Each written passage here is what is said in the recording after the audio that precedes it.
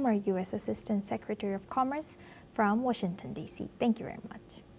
Now we move on to our next news. What began as a routine fact-finding effort has turned into one of the decade's biggest media deals. Netflix has agreed to buy Warner Brothers Discovery's studio and streaming division for $72 billion, defeating Comcast and Paramount after a high-pressure auction. The acquisition gives Netflix control of iconic franchises like Harry Potter, Game of Thrones, the DC Universe, Friends, and HBO Max's deep library, instantly expanding its content power and global leverage.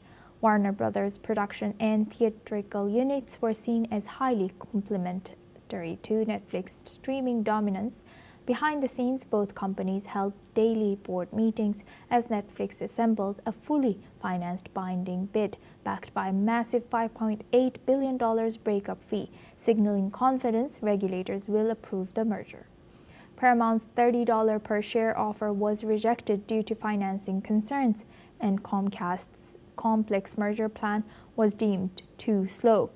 The deal still required strict antitrust scrutiny, with unions like the Writers Guild of America warning the merger could reduce jobs, diversity of content, and raise subscription prices.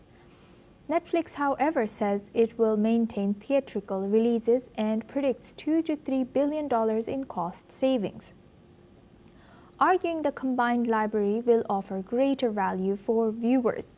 If approved, the acquisition will reshape Hollywood, consolidate power in streaming, and redefine how movies and series reach audiences worldwide.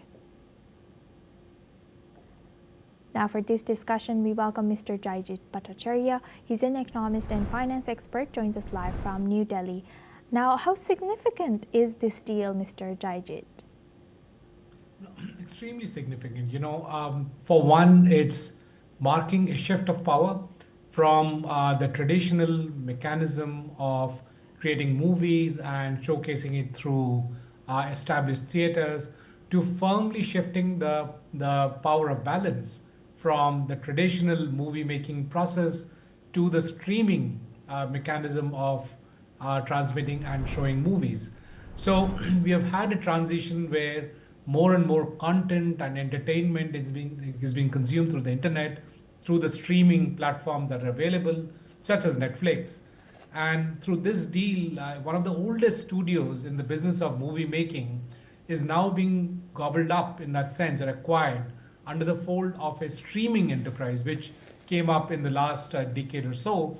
And therefore, that marks a very significant shift.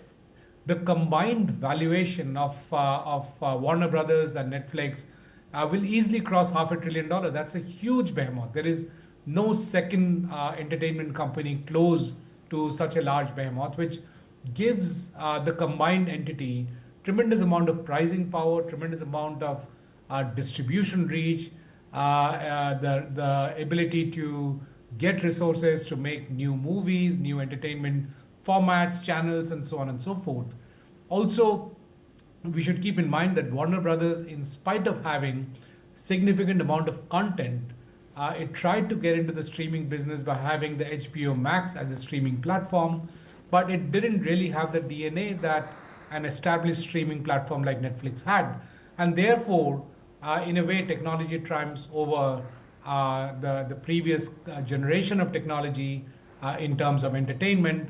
So just like we had film cameras getting obsolete and digital cameras coming in, here is another case of transition in technology in movie making. So we've got now an older legacy content maker being absorbed by a new age content distributor. So it's kind of a tectonic shift.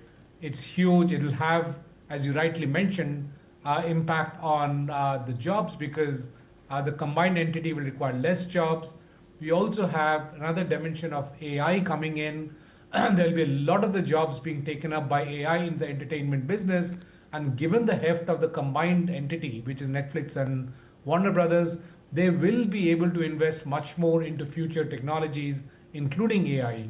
And therefore, there is obviously a lot of angst in the minds of the entertainment workers, and therefore the unions are raising an issue.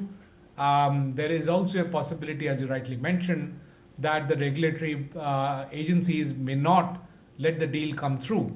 But it clearly signifies that there is a tectonic shift happening in the entertainment business, and the new normal is where technology and streaming will be what entertainment will be driven by.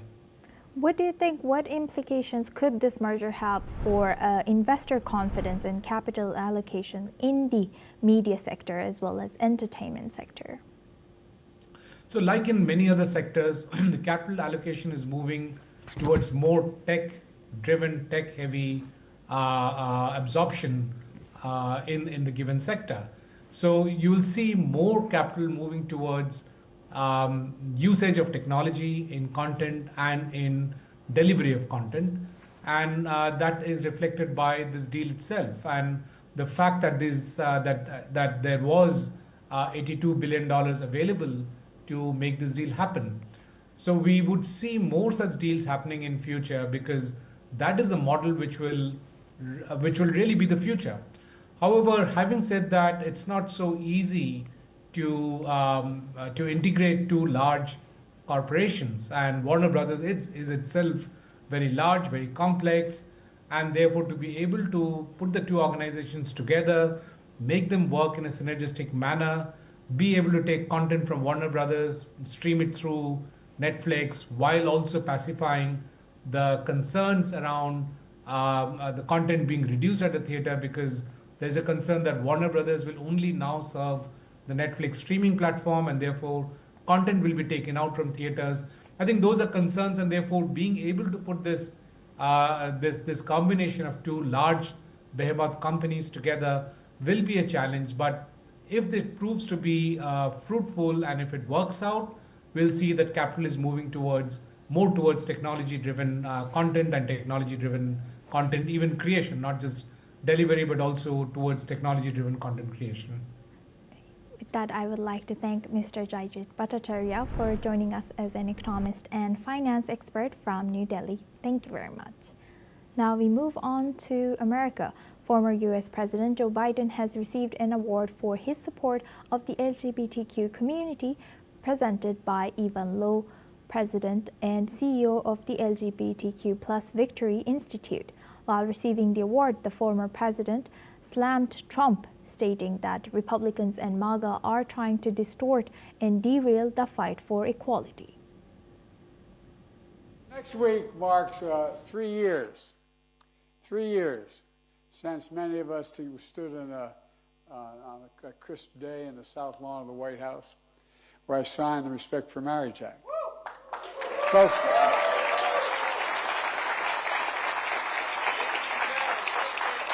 as the ceremony came to an end, the sun began to set. Rainbow lights lit up the portico of the White House. Donald Trump and the MAGA Republicans are trying to distort and derail our fight for equality. They're trying to turn it into something scary, something sinister. But folks, it's really not about anything that's all that complicated. At its core, it's about making every American, giving them an opportunity to be treated with basic decency, dignity, and respect they all deserve. And that's a wrap on America 360. Keep watching NewsX World for more news updates from around the world.